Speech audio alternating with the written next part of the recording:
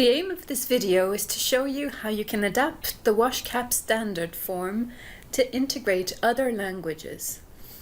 The standard version has French and English, but you can add whatever language is necessary in your local context. We definitely recommend the form be translated to the languages most used in your context. So for example, if you look here at a phone, and you wanted Bangla to be available, you would need to set it up in the mobile template. So if you open the mobile template, you will need to then focus to set up that translation on the three tabs: Survey, Choices, and Settings. The Survey tab, as a reminder, is the one where all of your questions are listed. The Choices tab is where all of your options of answers are listed. The Settings tab has general settings, including what default language you want your form to be in. In the standard one, you see that there are columns that specify English as label, as hint, and you see that it's the same for French.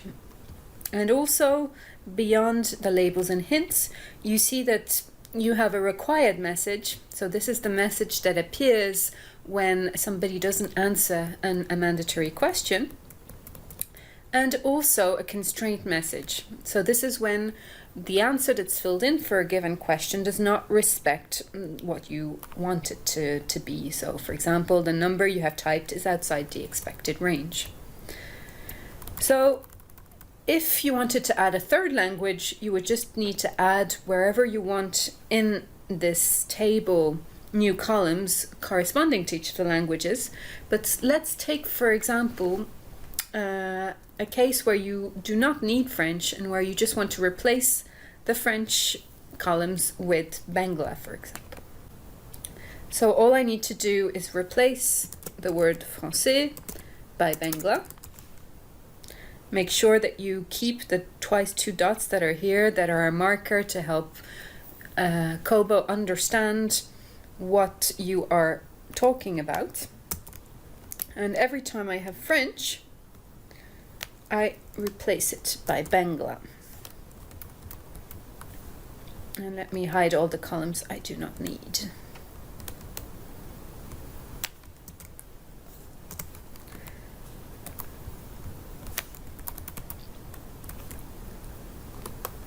And there you go.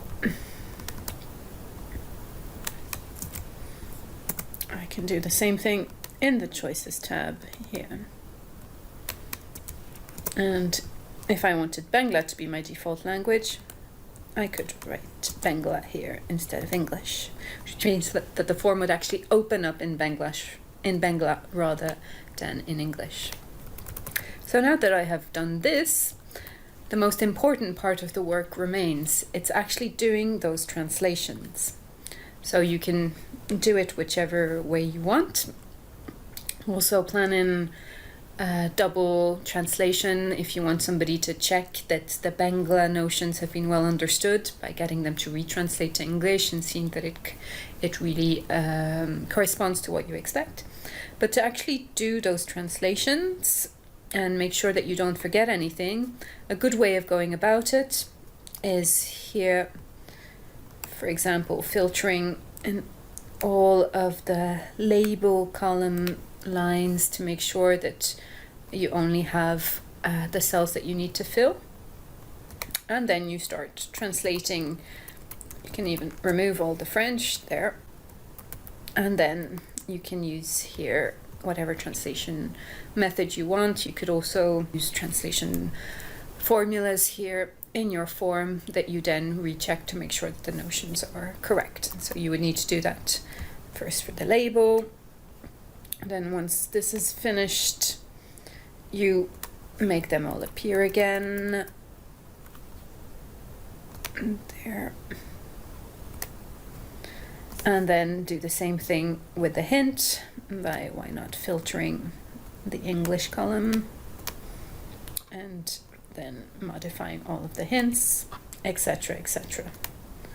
So this would give you as a result something like this, that you see for a Bangla version of your form. And without forgetting, of course, to do it also here in the Choices tab for the options of answers. There is just one thing to keep in mind as you work, is that some of the labels can sometimes reference a previous answer. So to be able to see which ones we're talking of, you would just need to add here $1 in the filter of the label column, which means that it will filter to all the columns, to all the lines that at one point refer to a previous variable. So in this particular case, what's the type of container number, cont number? The cont number is actually the name of the variable that references what's container it is. So it means that on the mobile you would see what is the type of container number 2, for example.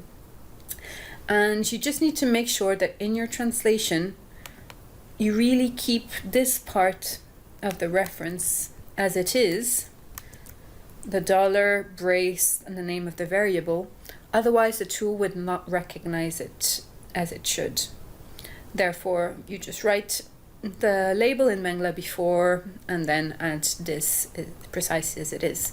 If you're translating to a language that is from right to left, make sure that you really switch the syntax for it also to be from right to left by adding the dollar after the variable name. As a summary, you need to add the label, hint, constraint message, required message columns for your new language in the survey tab. Obviously also do it in your choices tab for the label of options. Be careful to keep the parts of text that are in XLS form syntax the same as it is. And finally, you should specify in your settings tab what is your default language.